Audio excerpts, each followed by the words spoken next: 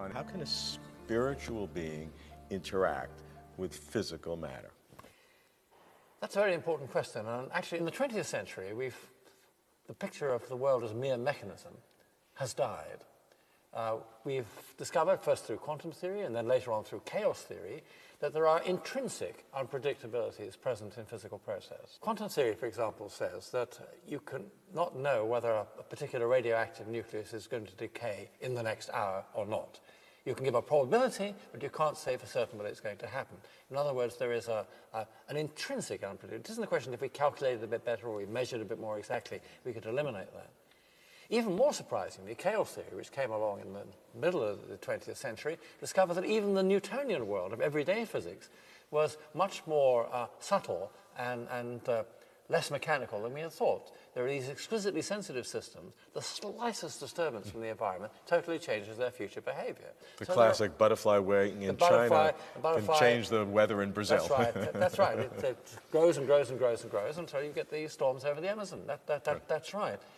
A very, very surprising result.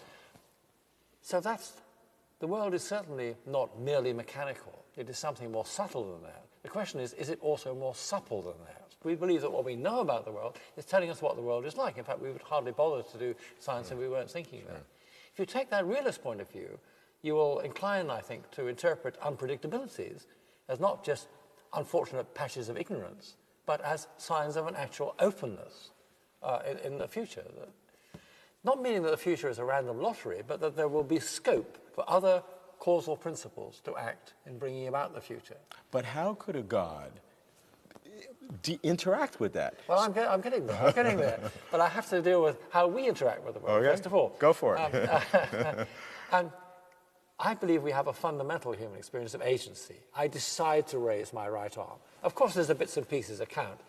Currents flow in the layers, muscles contract. But I, as a whole person, decide to raise my arm.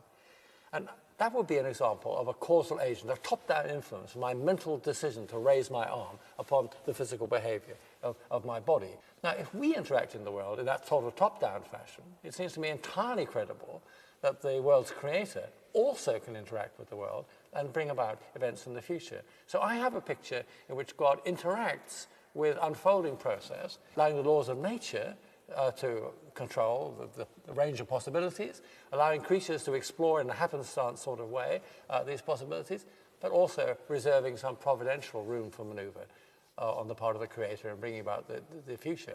If things are unpredictable, you can't pull them apart and say nature did this, human will did that, God did the third thing. But nevertheless, all these influences are at work in the world. That's a perfectly coherent and believable picture, and it's the one I hold. So what is God doing? Is he getting involved in the quantum mechanics of untold 10 to the 80th molecules and parts of quarks and gluons and electron spin? I mean, it's awfully busy. Well, I mean, if God is infinite, God can be awfully busy, but I think it would be naive and rather foolish, really, to think that God does it all by just scrabbling around the subatomic roots of the world. I mean, I think God acts holistically with creation. But again, you see, because we don't understand how the quantum world and the classical world fit together, the whole spectrum of causal influences in the world is unresolved by us.